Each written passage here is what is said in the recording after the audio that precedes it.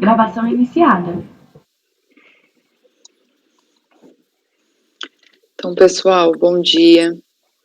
Iniciando a nossa sessão de julgamento de 5 de novembro de 2020, período da manhã, primeira turma da terceira Câmara da segunda sessão do CAF.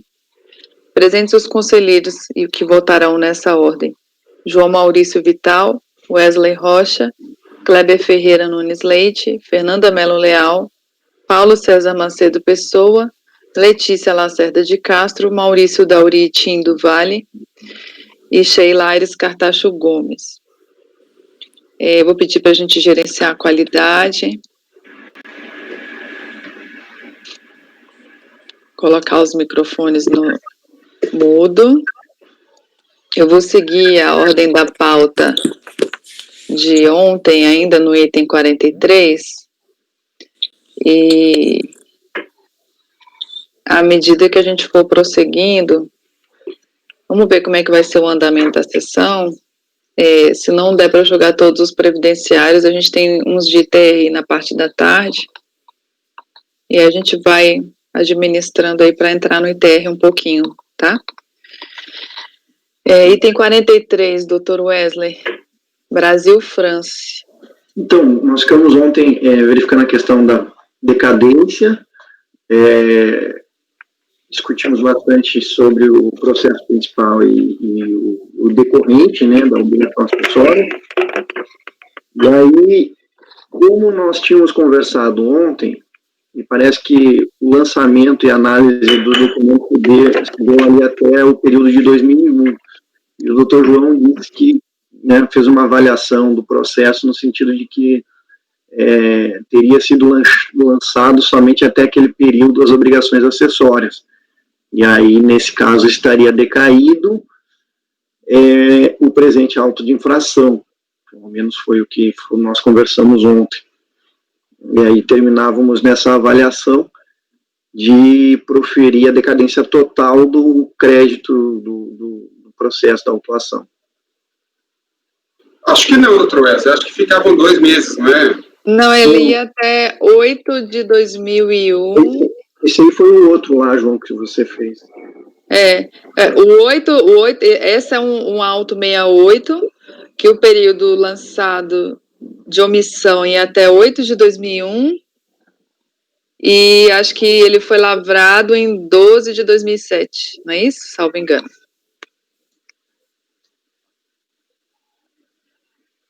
Certo? Não é isso, Kleber? O Wesley?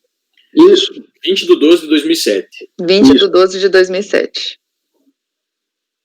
E aí é obrigação acessória, súmula CAF 148, 1731 do CTN. Eu fiquei só na dúvida se ele pediu essa decadência, doutor Wesley? Pediu decadência. Tá, então seria dar provimento ao recurso, não é isso? Isso. Tá. Não, mas na verdade acho que ele pediu a decadência parcial. Mas enfim, não tem um porquê, né? Dá para dar provimento ao recurso. Aí no caso ficou só aquele detalhe do doutor João, que é reconhecer a decadência dos períodos das GFIPs transmitidas até aquela data, né? Porque o que conta no fato gerador... Deixa eu ver aqui, eu anotei. Ele tomou ciência em 30 de 4 de 2007, doutor Wesley. Não, foi 20 de 12 de 2007, não foi isso, Maurício? A ciência do auto de fração. 20 de 12 de 2007. 20 de 12 de 2007. A última competência foi 8 de 2001. Tá tudo decaído. Todas as GFIPs entregues até 12 de 2001 estão decaídas. Isso. Então, eu colocaria o dispositivo assim. Uhum. Reconhecer a decadência das GFIPs entregues até 12 de 2001. Uhum. Ou 12 de 2001, né? Porque essas estão decaídas. Porque eu não sei quando ele entregou cada uma delas. Tá, mas aí não dá provimento ao recurso total?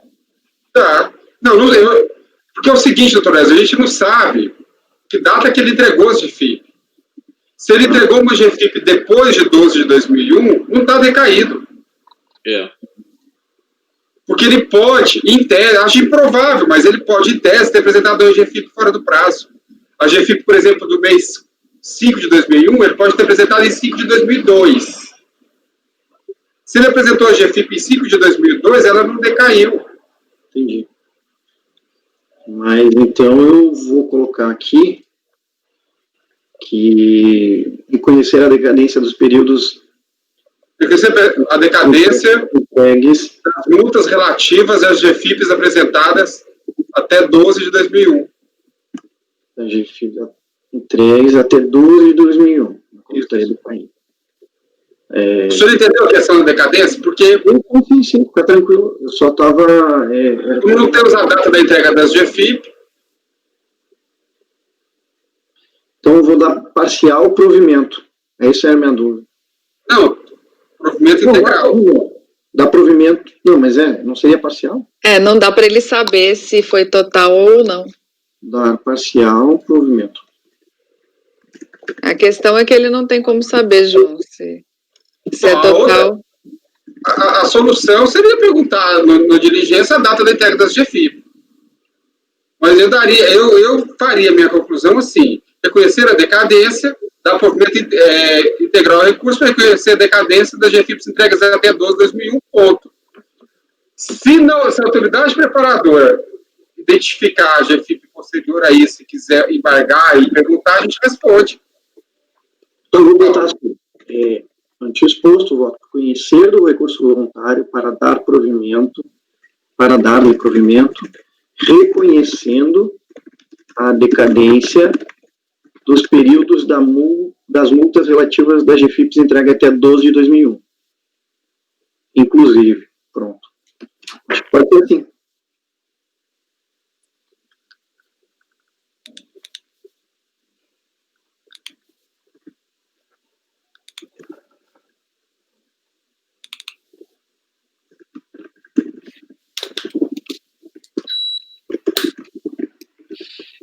Pronto. Pode ser? Ok, pode ser. Vamos lá, então, pode. Como é que ficou, Wesley? Então, voto por conhecer do recurso voluntário para dar provimento, reconhecendo a decadência dos períodos das multas relativas às GFIPs entregues até 12 de 2001, inclusive.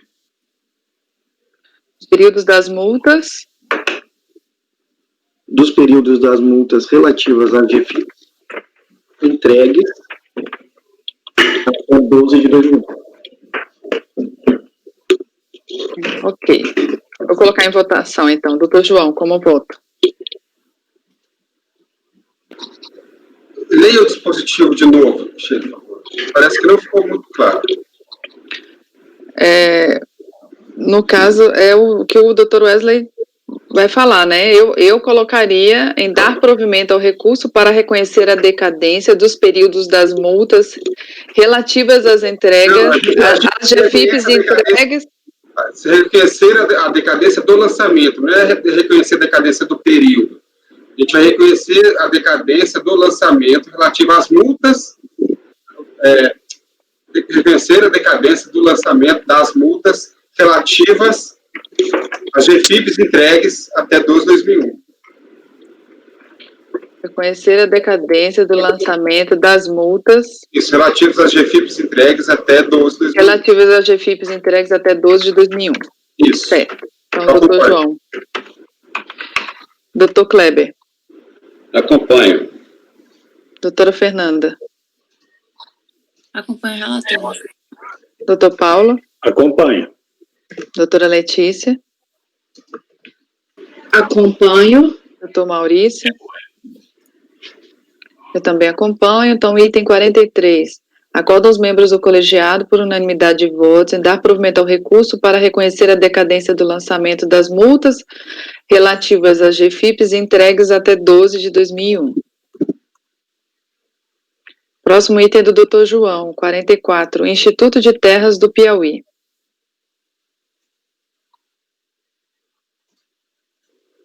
Vamos lá. Instituto de Terras, é ITR, se não me engano. Não, contribuição previdenciária. Contribuição Previdenciária, Instituto de Terras do Piauí, que é acho que uma autarquia, um órgão público lá do Piauí. O orçamento foi impugnado, a impugnação foi improcedente. Recurso voluntário nas florestais alegou a nulidade da decisão recorrida por cerceamento do direito de defesa em razão do indeferimento do pedido de diligência para que se distinguisse, dentre os servidores cuja remuneração compôs o lançamento, os que tinham provimento de cargo efetivo daqueles que exerciam cargos em comissão. Adicionalmente, pugnou pela reabertura do prazo para a juntada de documentos. Eu me lembro desse caso aqui. Em maio de 2008, nos autos do processo tal, é outro processo, que estão apensados a este, o recorrente apresentou petição interlocutória e que requeriu a juntada da relação dos agentes públicos que nos meses de abril e maio de 2002 exerciam cargos de comissão no Interpi sem qualquer vínculo efetivo com o ente público, florestais daquele processo. Bom, conheço o recurso. Em relação aos documentos apresentados após o prazo recursal, não é possível admiti-los ao arrepio que consta nos artigos 15, 16 e 72, 35, todos conhecem. E vou explicar por que nesse caso não se admite. Em regra, é na impugnação que se apresentam os documentos que sustentam os motivos de fato e de direito e que se fundamenta e as provas que o autuado possui. Ora, a relação dos empregados... Aqui a questão aqui é o seguinte, é o órgão público. Então, foi lançada a contribuição previdenciária sobre os empregados que não... que eram empregados em comissão lá, não era efetivo do Estado. Eram só contratados para exercer cargo em comissão. Então, esse foi o lançamento. Aí ela disse, não, mas aqui no meio tem funcionário efetivo também. E ela quer fazer essa prova. Eu estou dizendo. Em regra, na impugnação que se apresenta, ora, a relação dos empregados com respectivos vínculos é uma informação simples, de fácil obtenção e totalmente disponível ao impugnante quando da apresentação da impugnação. O recorrente requereu a juntada intempestiva dos documentos, mas não apontou qualquer das circunstâncias do parágrafo 5º do artigo 16 a justificar a impossibilidade de tê-lo feito na impugnação. Ademais, no caso concreto, o contribuinte foi intimado no início da ação fiscal, está na folha 18, a apresentar as folhas de pagamentos dos servidores exclusivamente comissionados, ou seja, aqueles que não tinham vínculo efetivo com o Estado, além da relação dos servidores filiados ao regime próprio da Previdência. E foi com base nessas informações fornecidas pelo próprio órgão público que o lançamento foi efetuado, lá por ocasião da fiscalização. Não tem procedência, pois, a alegação do recorrente de que não foi aberta à entidade autuada oportunidade para a produção, ela mesma, da diligência requestada. Entendo que a aplicação do princípio da verdade material não pode ser invocada para afastar a regra processual legalmente disposta sem que se afronte o devido processo legal e, no presente caso, o contraditório, porquanto a autoridade fiscal não teve acesso aos documentos inoportunamente apresentados. E qual teria sido a verdade material? Aquela inicialmente apresentada pelo contribuinte quando da fiscalização ou a que se apresentou após o prazo recursal? Repise-se. O contribuinte foi intimado a fornecer exatamente as mesmas informações que o recorrente apresentou a destempo e a intimação foi atendida, com a entrega das folhas de pagamento sobre as quais se efetuou o lançamento. Por fim, além de não haver apresentado os documentos na impugnação, também não os juntou no recurso voluntário, sem ao menos justificar a razão de não tê-los apresentado ao processo nos momentos adequados. Não tomo conhecimento, pois, os documentos constantes do processo tal, que é o que está pensado a esse, em face da preclusão, nos termos do parágrafo 4º do artigo 16, sentença 235. Pelas razões expostas, não há como acatar o pedido de nulidade do acordo recorrido por haver indeferido o pedido de diligência, pois as informações que se pretendia diligenciar sempre estiveram à disposição do contribuinte, foram apresentadas à fiscalização durante o procedimento fiscal e poderiam ter sido juntadas, eventualmente, à impugnação. Descabia, pois, à autoridade julgadora de primeira instância a produção de provas para o impugnante se ele dispunha de todos os elementos para comprovar suas alegações. Então, nega o provimento ao recurso.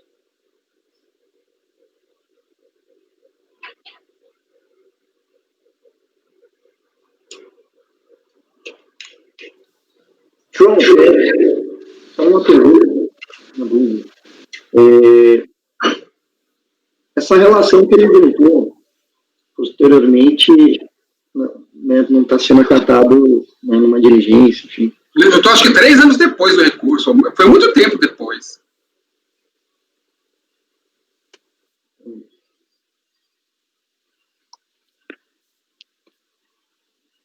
A questão essencial aqui, doutor Wesley, eu até admitiria a relação na circunstância diferente, mas veja só, ele foi intimado a apresentar essas mesmas informações. Ele apresentou as informações. O fiscal pegou as informações que ele apresentou e fez o lançamento com base nessas informações. Agora não tem como, e na impugnação ele não trouxe mais nada. Agora, não tem como mudar todo o lançamento e fazer com base em outras informações. A gente não tem nem como saber qual das duas é a verdadeira. Veja só, que não são informações para contestar a prova fiscal, porque a prova do lançamento foi ele que deu. Não a prova que o fiscal produziu, que ele quer agora apresentar a contraprova.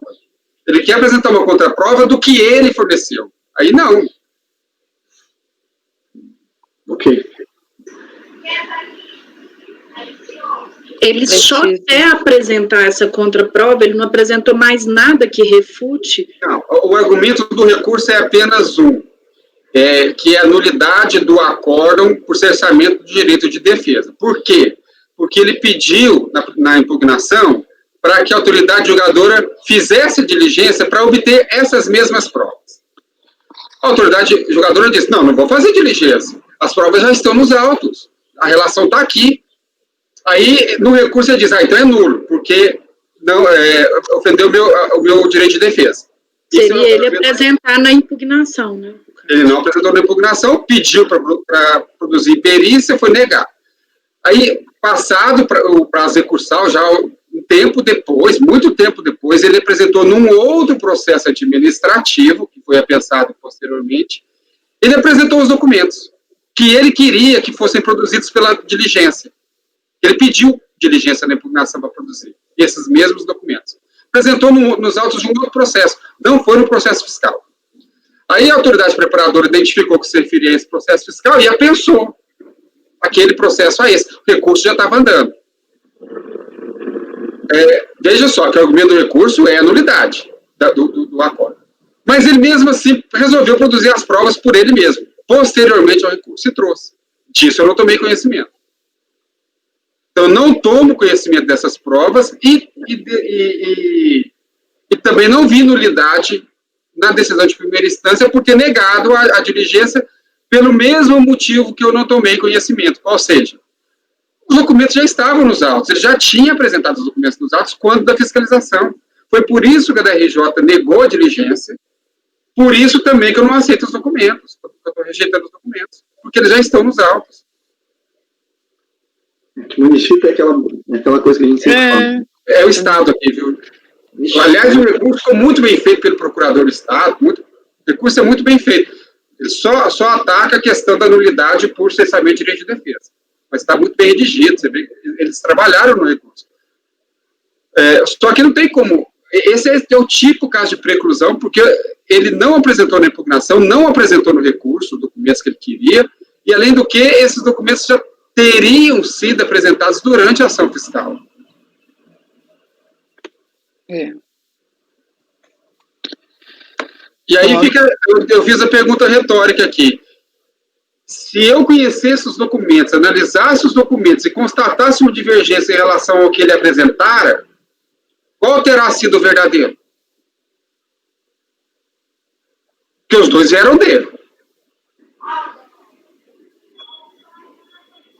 Sim, mas nós estamos numa fase processual que tem mais garantias, né, em termos de construção de prova.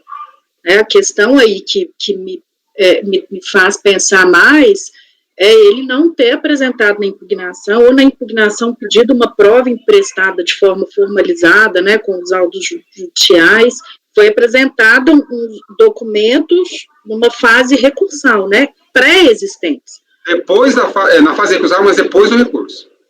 Exatamente, e esses documentos são pré-existentes, mas é uma matéria que me deixa muito sensibilizada, principalmente se tiver potencial para alterar o resultado do lançamento. Que no caso ele nem entrou no mérito, né? Ele só pediu nulidade. Doutora Letícia... Eu não, se ele tivesse entrado no mérito para ser julgado, eu estaria tendente a flexibilizar, mas para conhecer mesmo, para construir de forma democrática um provimento, digamos assim, pelo menos na minha visão. Mas como ele só atacou a nulidade, isso não é nulo, né? Isso não é nulo. Não teve nulidade porque ele deu causa de uma forma que ele não foi diligente de não construir uma prova antes, né? Se ele tivesse entrado no mérito, mostrado, talvez eu conheceria dos documentos para dar, inclusive, provimento. Eu nem sei se daria ou não, mas só suscitar nulidade para mim, entendeu? Tem um outro ponto eu estou pronta para julgar. Que é o tal documento é só a relação dos funcionários que eram efetivos do Estado e não eram efetivos. Puxa, isso é uma prova mais do que singela. Não tem como. Se fosse, vou buscar precisa de um caminhão de documentos, as cópias das licitações todas feitas pelo Estado, sei lá, uma coisa complexa. Mas uma relação... Você fala, olha, não é, tudo bem, não é nulo, mas esse documento acaba com o lançamento, olha só, não sei o que. Eu poderia até ficar, mas nulidade não é. Enfim. Vamos lá. Então, doutor Wesley, como vota? É o Instituto aqui, né? Defendido pelo Estado. Bom, frente ao recurso manejado, não sei se eu concordo com o João que foi bem feito o recurso, porque se ele pede só nulidade, não ataca até o mérito, ou né, não faz essa relação contextual da prova com o próprio recurso, com a decisão de primeira instância e o lançamento. Então, eu não sei se ficou tão bem feito assim. Eu vou acompanhar o relator nesse caso, ressalvando aqui, inclusive, as ponderações da doutora Letícia em relação à prova, que se tivesse cotejado no sentido de enfrentar mais, né, o mérito ou a própria autuação, enfim, seria possível de acatar, né, enfim, analisando melhor posteriormente. Mas eu vou acompanhar o relator. Ok. Doutor Kleber. Eu vou acompanhar o relator. Doutora Fernanda. Acompanho o relator. Doutor Paulo. Acompanho o relator. Doutora Letícia. Acompanho. Doutor Maurício. Eu, senhor presidente. Eu também acompanho. Então, item 44, acordam os membros do colegiado por unanimidade de votos em negar provimento ao recurso. Item 45, do doutor João também, H2C, instalações e montagens.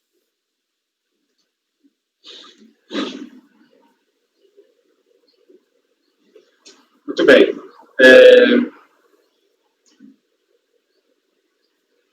Acho que é a questão de aferição indireta.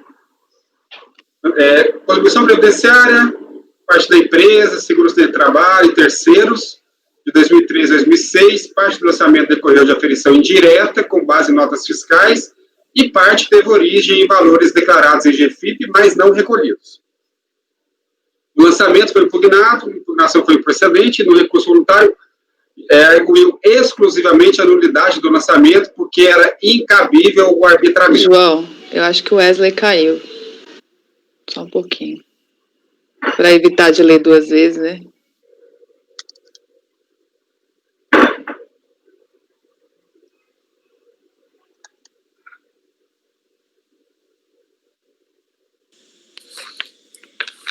Enquanto o Wesley volta, só para dizer para vocês que para mim tá tudo bem ler os votos. Eu já tô aqui com os votos abertos, tá? Tá bom, Fê. Então vamos. Deixa eu só mandar uma mensagem para o Wesley para ver se ele sabe se ele caiu ou não.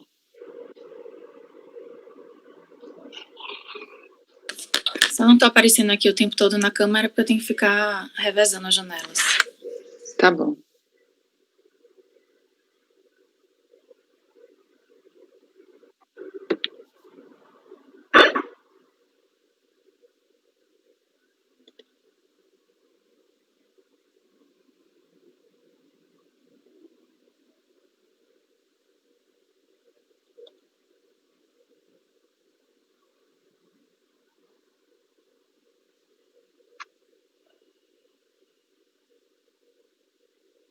Tá voltando, tá?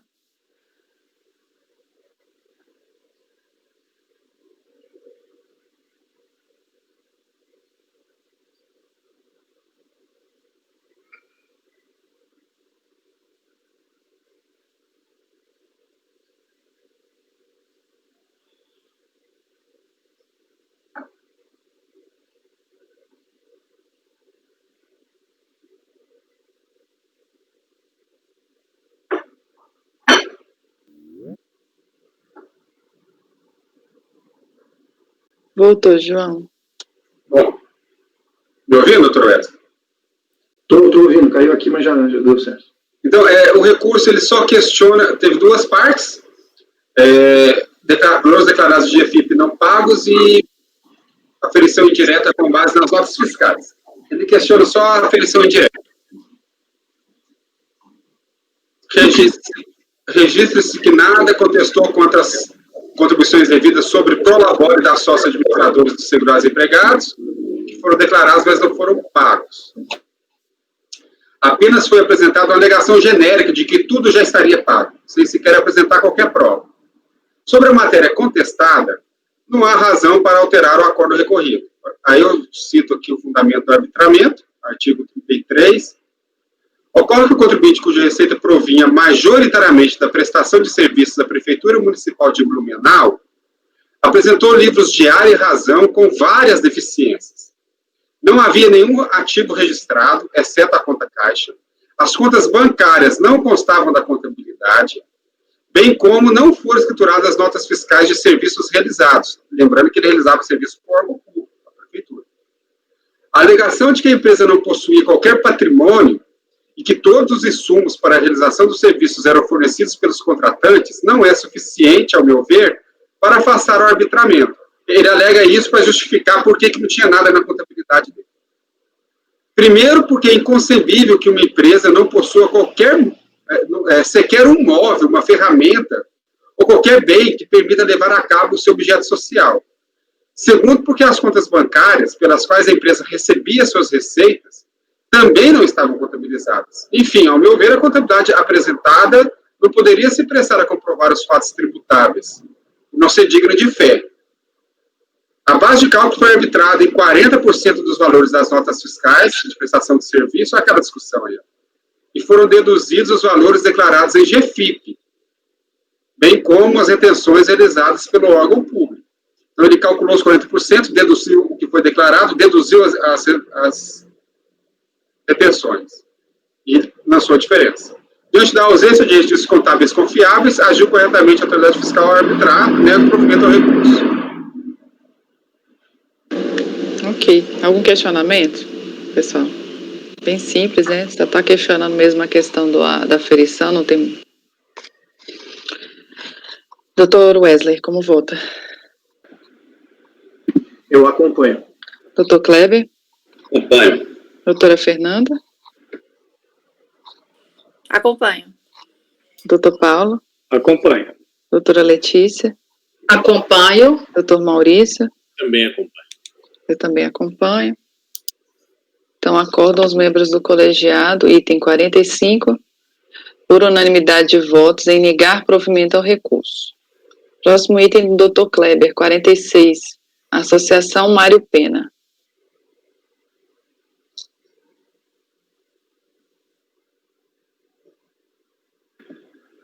Vamos julgar primeiro os dois juntos, mas o 47 é o principal. Então, vamos abrir o 47.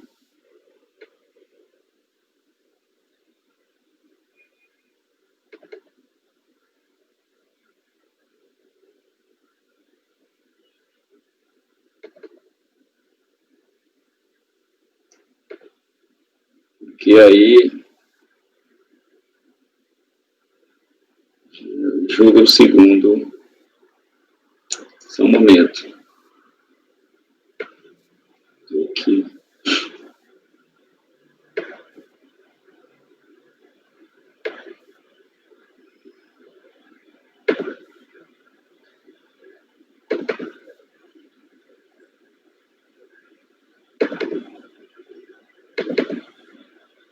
O 47 tem o nome Associação, né, dos Amigos, mas é o mesmo. Então,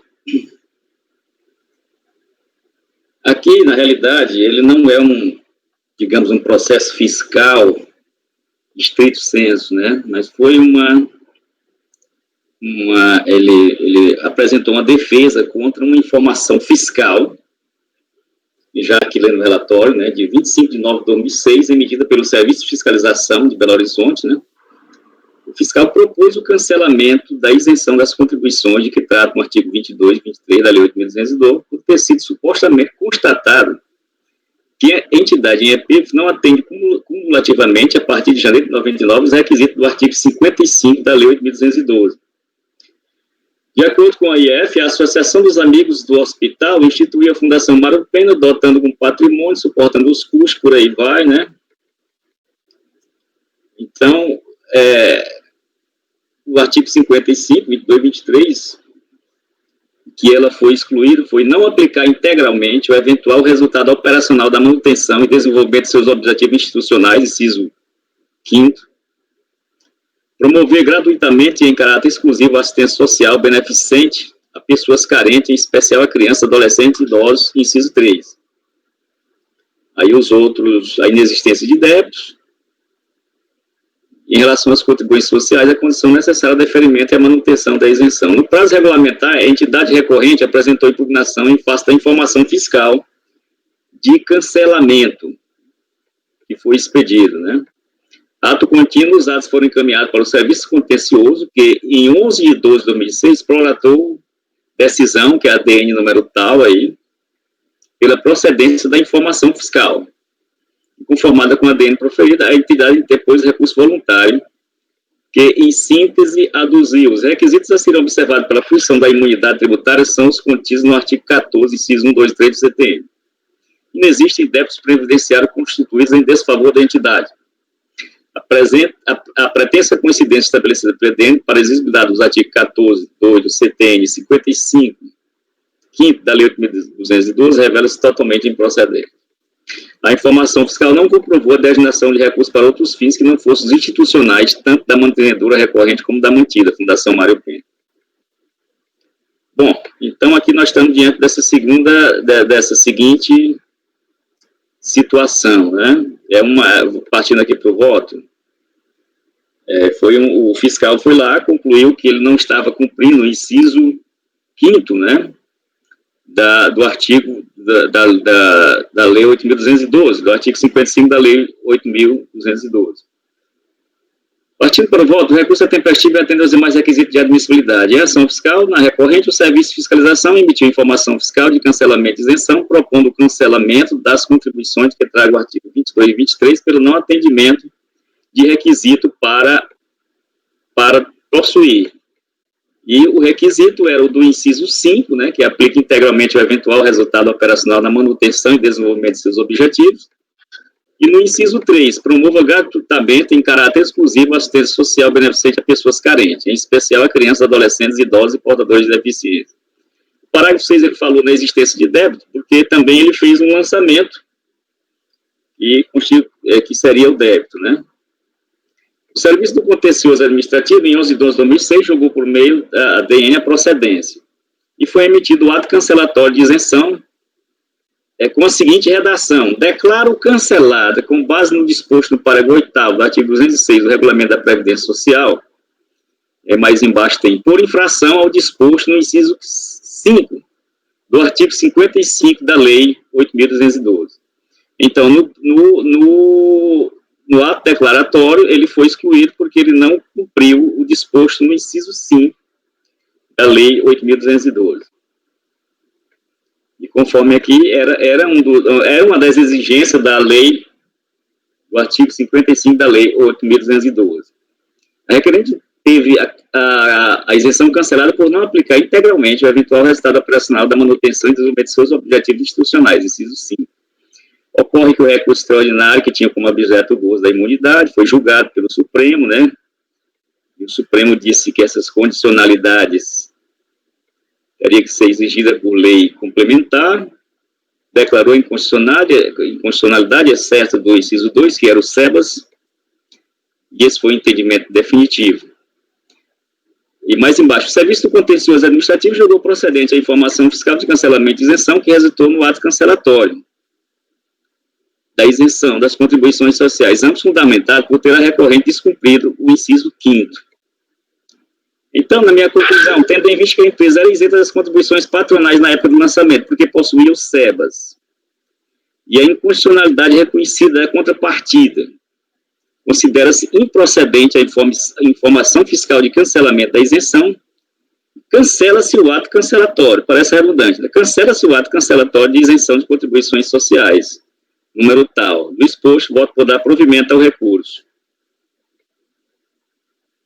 Então, foi só isso. Ele descumpriu o inciso 5, o fiscal foi lá, fez uma informação fiscal, mandou para o Serviço do Contencioso, que julgou procedente, e foi emitido o ato cancelatório. Uhum. Ok. Alguém tem algum questionamento? O João não está sem vídeo, não sei se está congelado. Eu estou ouvindo tudo, estou vendo tudo. Eu não estou vendo o Wesley. E você está sem aparecer para mim. É a rotatividade do... Sempre tem um sumido. Do Gito. Agora apareci? Não. Não, agora eu não estou aparecendo para mim também. Mas eu estou ouvindo. Tá bom. Eu estou aparecendo? Ah, agora apareceu, João. Tá. Então, foi o 55 inciso 5º, não é isso, doutor Kleber? Inciso 5, deixar de aplicar integralmente. Filantrópicas, né? Filantrópico. Tá dando provimento, né? Ele está dando provimento, doutor João. Isso aqui não é lançamento, isso aqui Eu acompanho, eu já entendi o voto dele. Acompanha? Então tá, doutor Wesley. Acompanho. Doutora Fernanda.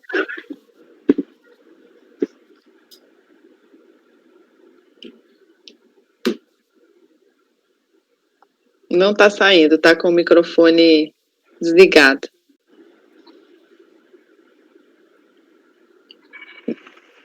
Não. Agora saiu. Doutor Paulo? Acompanho. Doutora Letícia? Acompanho. Doutor Maurício? Também acompanho. Eu também acompanho.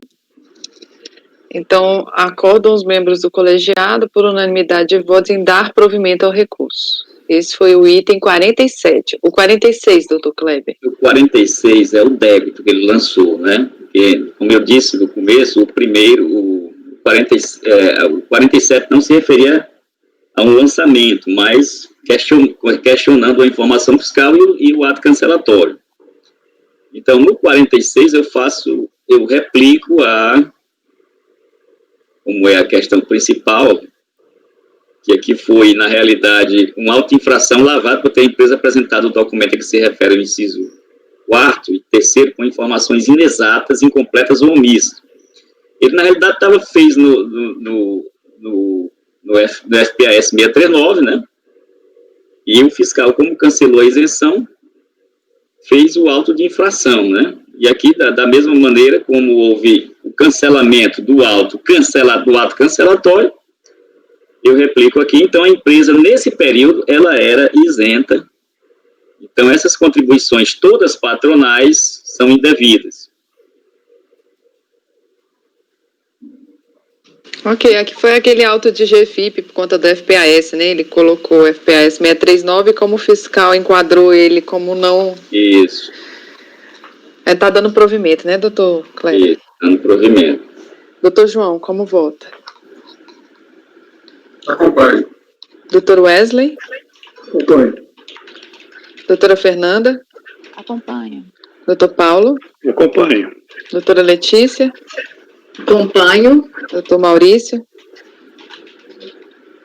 Acompanho.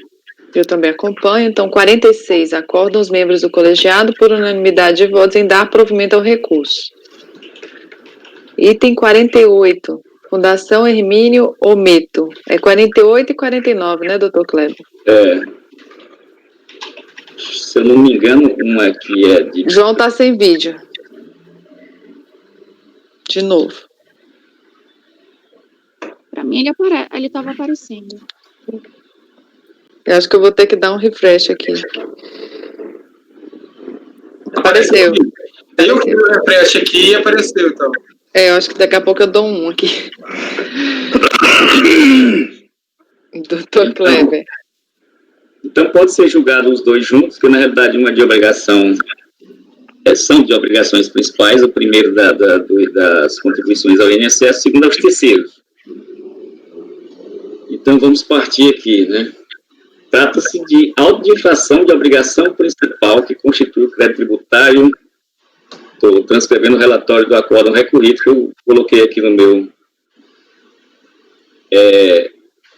a parte da empresa e a parte destinada a financiamento dos benefícios concedidos em razão do grau de incapacidade, o SAT, e seu respectivo acional sobre incidentes, valor de 10 milhões e tanto aí. E aqui identifica todos os lançamentos que foram feitos. A Delegacia da Receita Previdenciária em Campinas, com base na legislação subestada, editou o ato cancelatório de isenção das contribuições sociais número tal, com efeitos a partir de 23 de 10 de 2004, motivado pela ausência do certificado de entidade beneficente de assistência social, para o período de 23 de 10 de 2004 a 16 de 5 de 2005. O ato cancelatório foi questionado na Justiça por meio de mandado de segurança, número tal, o qual, no mérito, concedeu a segurança, anulando aquele ato, né? Atualmente, encontra-se pendente de julgamento de apelação. Então, foi o que aconteceu. Ele não possuía o SEBAS, foi cancelado, foi emitido um ato cancelatório que foi cancelado pelo mandado de segurança, né? O mandado de segurança com julgamento do mérito, né? Mas subiu. A Fundação obteve para os períodos subsequentes, a partir de 17 de 5 de 2005, a renovação do SEBAS pela resolução do CNAS número 3 e 7 de 2009, em razão da edição da medida provisória número 446 de 2008. A fiscalização ainda menciona uma ação civil pública número tal, que afastou a aplicação dos artigos 37, 38 e 39 da MP 446 de 2008, e determinou a constituição dos respectivos créditos. Esse auto-infração só foi levantado por causa dessa ação civil. Não é? Como ele tinha o mandado de segurança dizendo que, cancelando o ato cancelatório, né, a empresa continuou isenta. Mas em 2010, por força dessa ação civil pública, foi determinado aliás, sobreveio a medida provisória 446, que dizia o seguinte: ele estava com o pedido vencido, o SEBAS, e tinha um pedido de renovação. Veio a medida provisória 446 e diz: estão concedidos todos os SEBAS, né, todos os certificados estão deferidos, pedidos estão deferidos a partir dessa data.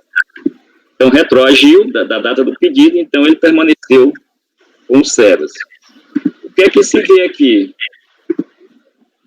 O lançamento, então, foi efetuado exigindo contribuições previdenciárias no período 2008 e 2009, com base em ordem judicial, proferida na ação civil pública movida pelo Ministério Público Federal, ajuizada em face da medida provisória 446. Então, o Ministério Público não satisfeito que o governo tenha deferido os SEBAS retroativamente, né, todos aqueles que tinham pedido, né, através da medida provisória, ajuizou uma ação civil pública e a Justiça determinou que se levantasse os débitos, esse levantamento do débito, né, do período. Diante dessas autuações, o sujeito passivo regularmente intimado apresentou impugnação, alegando que remanesce o direito à isenção, a alegação dele era isento, relativa a contribuições previdenciárias. A sétima turma de julgamento da RJ em Ribeirão Preto decidiu por não conhecer da impugnação, na parte que contém matéria objeto da discussão judicial, ou que já foi decidida na esfera administrativa própria, e considerar improcedente as demais alegações, mantendo-se o crédito tributário. Sujeito passivo intimado do acordo e depois recurso. Através da resolução número tal, da terceira Câmara, primeira turma ordinária, segunda sessão, decidiu pela conversão do julgamento em diligência para que a recorrente seja intimada para juntar aos autos a cópia integral da petição inicial da ação número tal, que é o mandado de segurança. Então, aqui nós temos duas situações. Um mandado de segurança, que cancelou aquele ato cancelatório, né, e temos uma ação civil pública. Devidamente intimada para a apresentação da petição inicial da ação número tal, que era o mandado de segurança, a recorrente não se manifestou. Em 23 de 3 de 2008, o processo foi sobrestado para aguardar o trânsito em julgado das ADIs tal. Por meio de despacho de folhas 377, o processo foi devolvido para julgamento. É o relatório. o recurso é tempestivo, discute nesses autos a condição de se o sujeito passivo no período objeto de lançamento estava em gozo ou não da isenção. O relatório do fiscal diz o seguinte, que ele... Foi o que aconteceu aqui. O certificado dele venceria no dia 23 de 10 de 2004. E ele... a fundação... Um momento aqui. Ficou um período de alguns meses sem o SEBAS. Por quê? Porque nesse período o SEBAS venceu e ele não protocolou o pedido de renovação tempestivamente. Porque, na realidade, o SEBAS é válido, mesmo o SEBAS vencido, você protocolando o pedido de renovação, você continua com a isenção, porque demora para o Conselho Nacional de Assistência Social emitir, né? Só que cerca de um período aí de uns 5 meses, o SEBAS dele venceu e ele não entrou tempestivamente, entrando posteriormente. Foi nesse período, e o fiscal percebendo que ele estava sem o SEBAS, que ele foi na empresa, fez a informação fiscal de que ele não possuía o SEBAS, e foi emitido o ato cancelatório. Só que nesse período aqui, ele entrou com um mandado de segurança que cancelou aquele ato cancelatório, né? Então ele permaneceu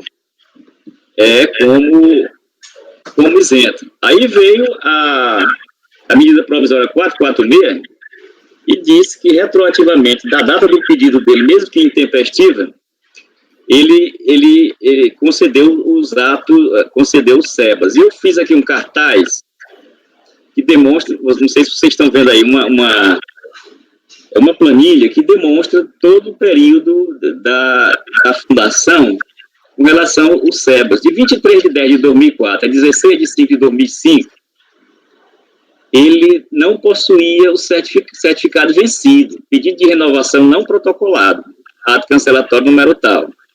Mas, nesse mesmo período, subjúdice, que era o mandado de segurança, pelos efeitos, ele possuía o SEBAS, né? Então, de 17 de 5 a 16 de 5 de 2008, a resolução do CNAS, que foi em 2008, mais retroativo, em 2009, mais retroativo, a partir daí, pela medida provisória 446, ele passou a possuir o SEBAS. A medida provisória foi rejeitada em 10 de 2 de 2009, né, mas seus efeitos foram convalidados por não apresentação de decreto legislativo em 60 dias. Então, os efeitos da medida provisória 446 foram convalidados. Em 27 de 11 de 2009, foi publicada a Lei 12.101, mas ele continua sob os efeitos da MP, porque ainda está no prazo de validade E em 7 de 7 de 2010 foi feito esse lançamento, né, com base na ação civil pública número tal. Em 29 de 10 de 2012, arquivamento da ação civil pública. O Ministério Público desistiu da ação, pediu o cancelamento e a juíza arquivou sem julgamento do mérito, em 29 de 10 de 2002, posterior à data da autuação não determinada.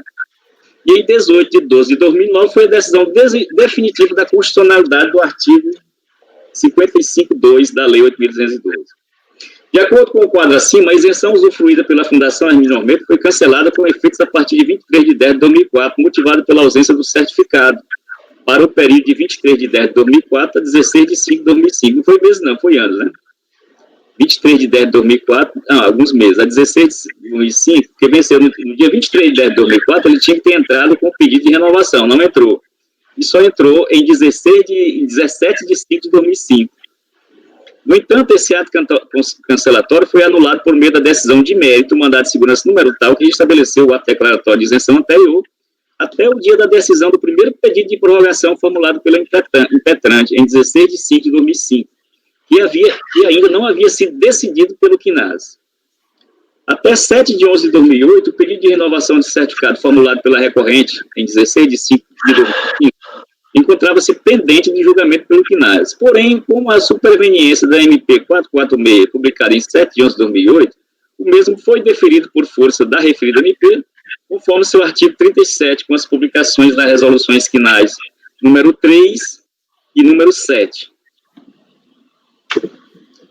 Em 23 de janeiro de 2009, data do deferimento do SES, ou SEBAS, né, já não mais estava em vigor o artigo 55 da Lei 8.212. Tal dispositivo havia, à época, sido revogado pelo artigo 48 da MP 446, de 7 de novembro de 2008. A referida MP instaurou uma nova disciplina legal, aplicava imunidades e contribuições previdenciárias. Dentre as inovações introduzidas estava a dispensa de formalização de pedido administrativo perante o órgão fazendário para fins de reconhecimento da imunidade e isenção devida pelas pessoas jurídicas. Para fins de aproveitamento da imunidade e isenção, era suficiente a obtenção dos SEBAS, bem como o cumprimento dos requisitos previstos no artigo 28 da referida MP, que não constam como motivos do não reconhecimento da isenção por parte da fiscalização, mas somente a falta da certificação. Então, ele foi excluído somente pela falta do certificado.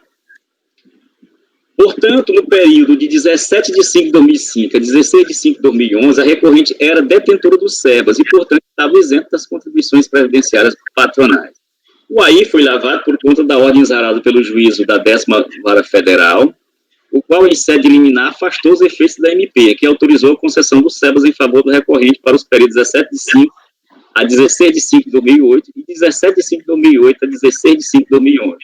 Ocorre que, conforme suscitado pelo recorrente, o Ministério Público Federal, a desistência da citada ação civil pública, a qual foi homologada com sentença publicada em 1 de 6 de 2002, cuja parte dispositiva é a seguinte: homologa o pedido de desistência requerido em consequência julgo extinto do processo.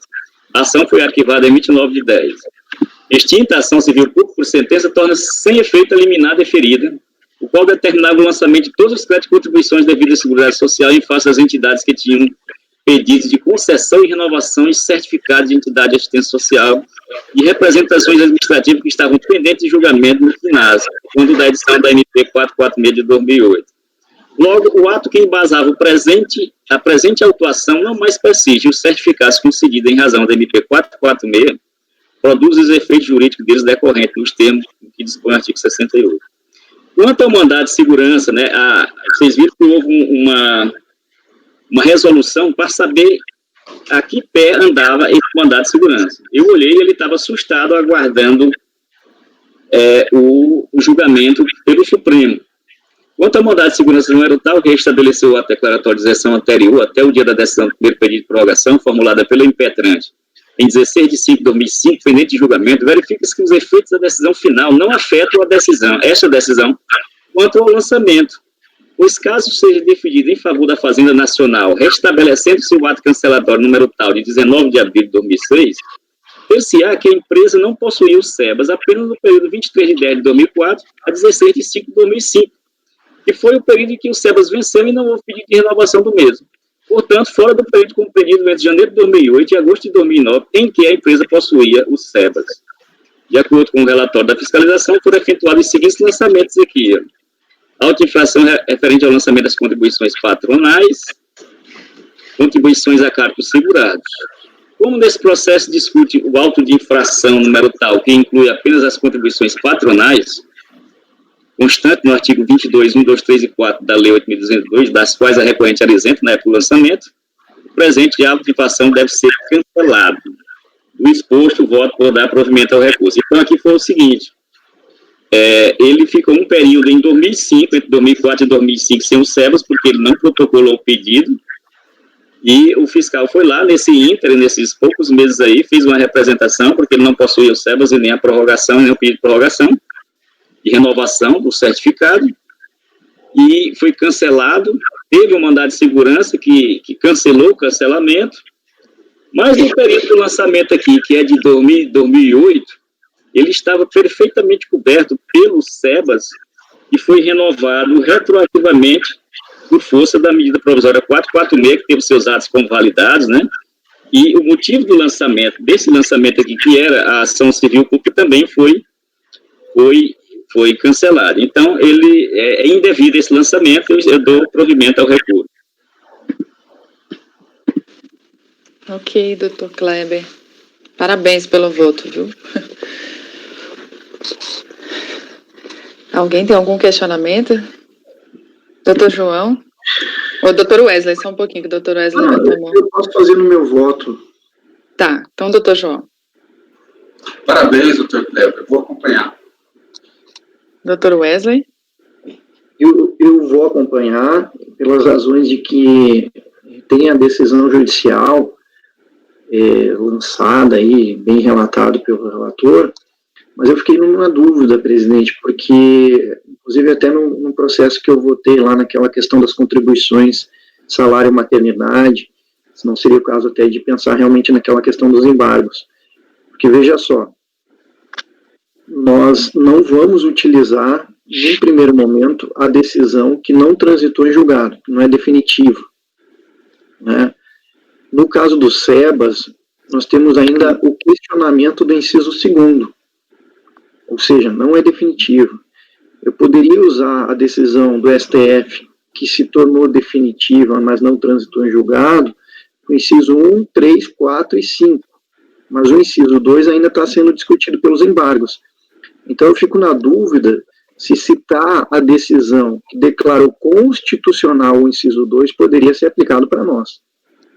Porque até então tem os embargos, e nesses embargos está sendo discutida a inconstitucionalidade também do inciso 2º, porque declarou por vias transversais a inconstitucionalidade do artigo 55 lá da Lei 8.212, inciso 1, 3, 4 e 5 estão declarados como inconstitucionais, e desse aí não tem nem embargos da Fazenda, e nem do contribuinte, obviamente, mas tem aqui o doutor Kleber não mencionou essa decisão do STF, ele simplesmente disse que para o período do lançamento... Tem na emenda, então talvez seja o caso de retirar da emenda, né, doutor Kleber? Eu vou retirar, é o seguinte... Porque o fundamento do doutor Kleber é justamente que no período que está sendo lançado, ele não tinha ato cancelatório mais, né, então ele não... seria o caso de retirar da emenda, né? Eu botei aí porque foi sustado, não, como é que chama? Foi por causa dessa ADIC, a ADIC estava sendo julgada ainda, né? Mas, na realidade, não precisava aquela resolução para saber... A resolução foi para saber da questão do mandato de segurança. Porque existiu uma concomitância para a DRJ, né? Mas a gente vê que o mandato... Qualquer que seja o resultado desse mandato de segurança, e ele está assustado por causa... É assustado, não, é sobrestado, né? Uhum. Por causa ainda aguardando a publicação do Supremo, mas ele refere a um período de 2005 que tem nada a ver com o lançamento. Agora, aqui me veio uma dúvida, eu sei que até o doutor João já votou, mas a DRJ não conheceu em face da concomitância. Se a gente decidir aqui, a gente não está suprimindo a instância, não seria o caso de anular a decisão de PISA, reconhecer que não é concomitante e ela se pronunciar a respeito disso? Porque houve um não conhecimento por conta da concomitância, essa foi a decisão da DRJ, certo? Mas foi só uma parte. Só o período do MS. Período do quê, doutor Kleber? Do mandato de segurança?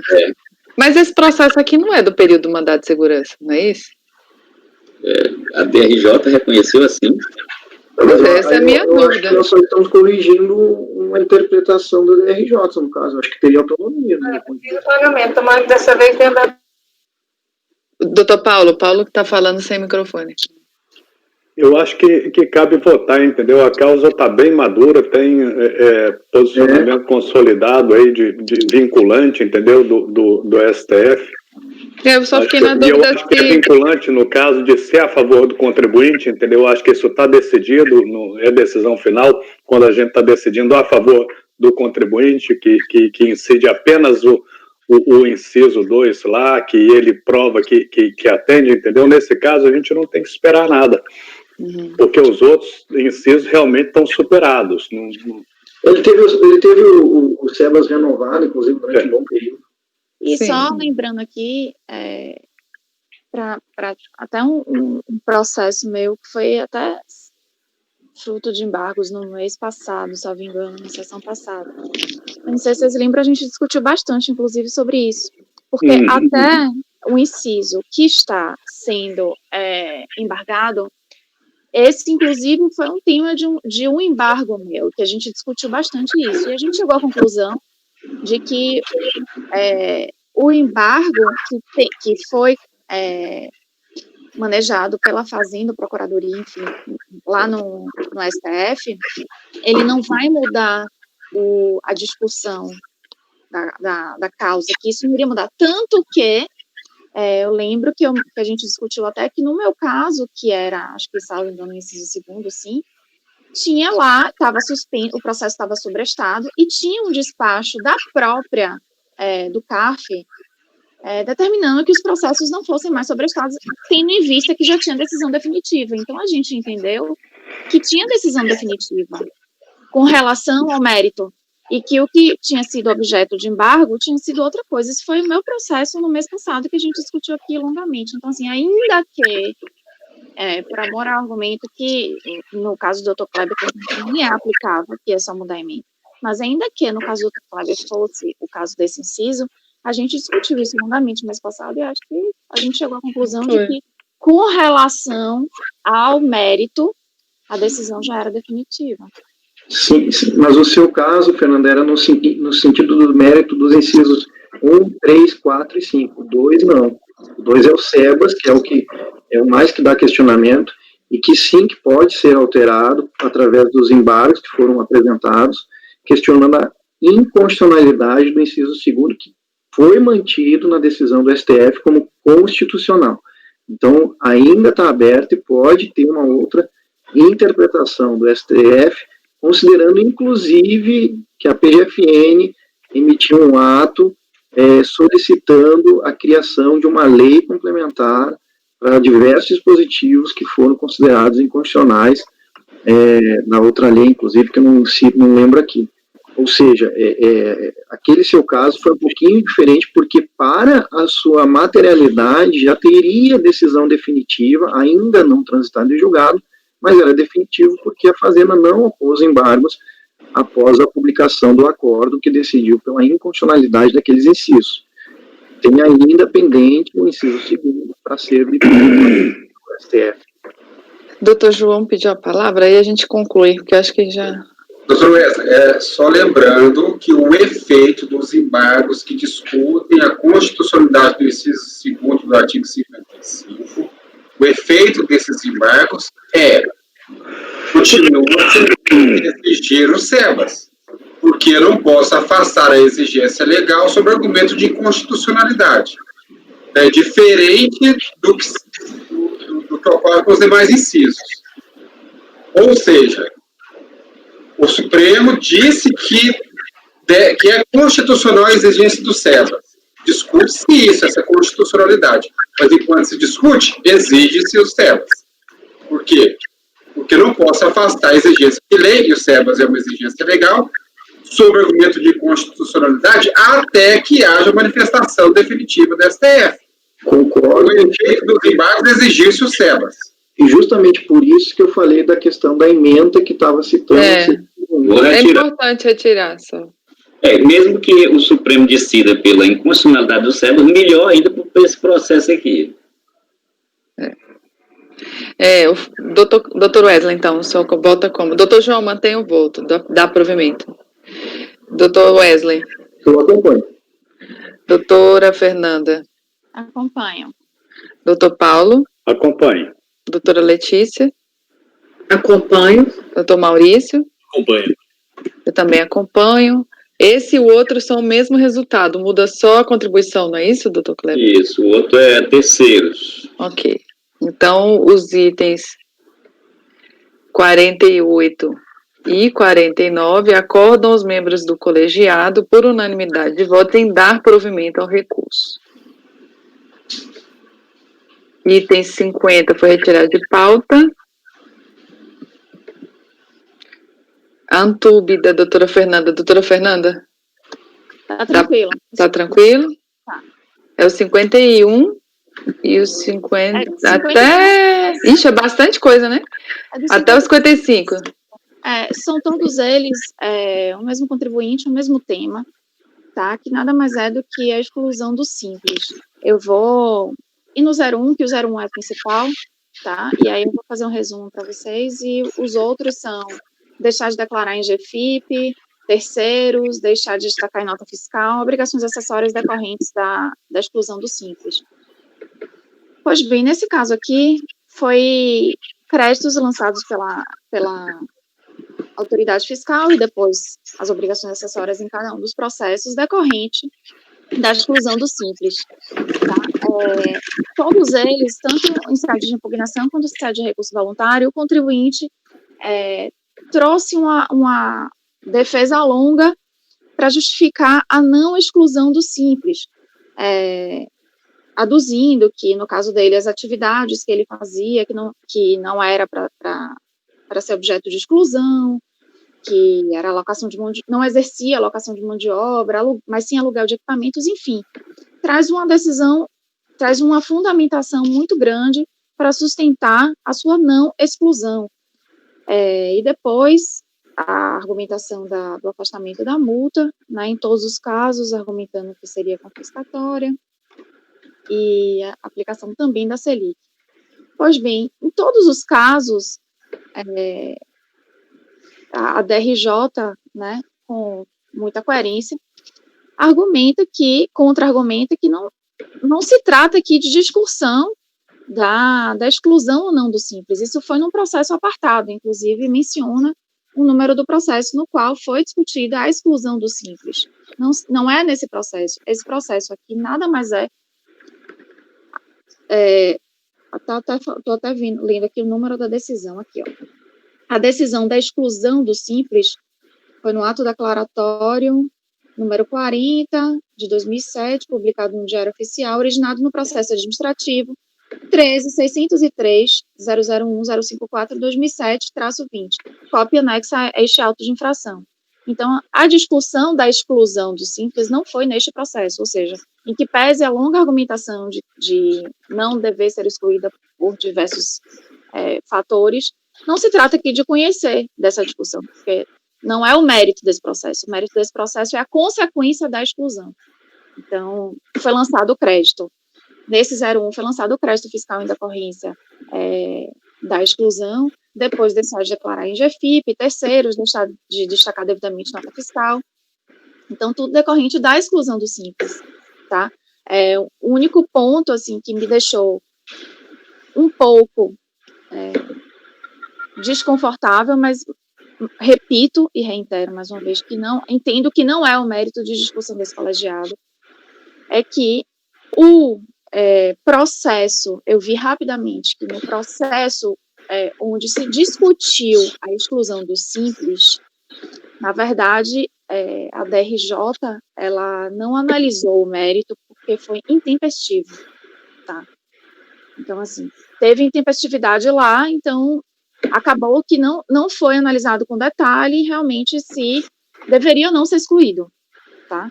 Porém, ratifico, não é o cerne da questão aqui. Aqui eu entendo que a gente está limitado a uma decisão que foi em outro processo, que já teve um ato declaratório, que já declarou como excluído do simples, e aqui nada mais são do que consequências. Então, em todos eles, eu neguei provimento ao recurso voluntário, tanto quanto a questão do simples, né? Tem um ponto também que ele levanta da responsabilização de pessoas físicas e sócios, mas isso, tanto a DRJ quanto no meu voto, ratifico que não tem nem que se discutir isso, porque no relatório em que se colocou alguns representantes legais foi apenas por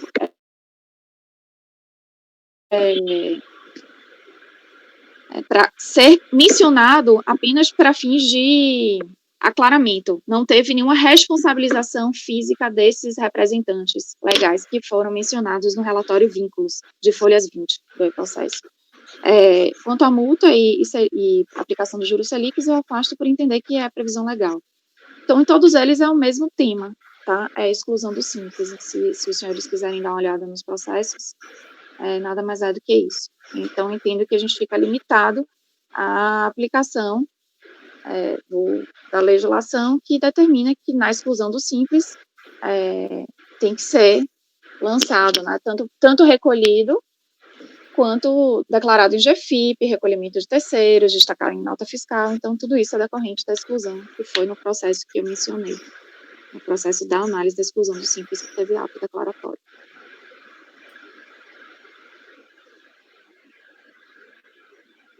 Ok, doutora Fernanda, obrigada. E agradeço todo o esforço de estar aí relatando com o celular.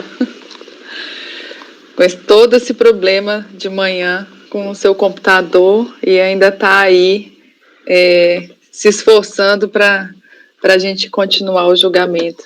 Muito obrigada. É certíssimo, né? Exclusão do simples, a gente não vai discutir o mérito da exclusão que está lá no processo próprio, né? E a gente vai discutir só se os fatos geradores são ou não devidos, e aqui no caso eu verifiquei, né? São fatos geradores de folha de pagamento, GFIP, enfim. Eu concordo. Só citar, acho que tem súmula, né? Que é a súmula CARF 77, que fala que da questão da possibilidade de discussão administrativa, da exclusão do simples, não impede o lançamento de ofício dos créditos, e essa de corresponsáveis parece que tem uma súmula também. É só citar no voto do corresponsável a súmula, que eu não estou lembrando o número aqui. Obrigada, eu vou dar uma pesquisada e coloco assim. Obrigada. Eu acho que é a 77 e 88, né? Só isso mesmo. Alguém tem algum questionamento? Aí essa decisão vai se replicar a todos eles, né, doutora Fernanda? Todos eles, o final 48, final 37, final 81, final 26. Um é deixar de destacar em nota fiscal, o outro é terceiros, o outro é GFIP, que inclusive esse da GFIP seria independentemente dela ser simples ou não, né? Uhum. E obrigação acessória, todos eles. Okay. O principal é o 01 escolhido. Tá. Doutor João. Acompanhe. Doutor Wesley. Acompanhe. Doutor Kleber. Acompanhe. Doutor Paulo. Acompanho. Doutora Letícia. Acompanho. Doutor Maurício. Eu também acompanho. Então, que me ocorreu uma ideia aqui para tentar solucionar o problema tipo da Fernanda. Uma possibilidade seria tentar compartilhar um computador de alguém que esteja em São Paulo, entendeu? Que não esteja em extensão hoje, de outra conselheiro. Entendeu? De outro conselheiro, pelo menos para a semana da sessão. Ela está conseguindo, mas poderia não estar conseguindo, entendeu? E prejudica ela a ler nossos votos, a gente vai ter que mandar tudo por e-mail para ela, né? Então... Mas eu acho que você acionando a presidente da nossa sessão, ela pode tentar fazer essa ponte, entendeu? Para tentar obter um computador de algum outro conselheiro que esteja na região que possa ceder na semana. Eu vou, assim, a gente vai estar ao intervalo, agora eu vou ligar na Elaine. Uhum. Vamos ver o que a Elaine consegue fazer. Então, o item 51 até o 55, acordam os membros do colegiado por unanimidade de votos em rejeitar as preliminares e negar provimento ao recurso. São 10 horas. Damos um intervalo de 15 minutos? Pode ser? Então, a gente vai interromper a gravação, Tainá.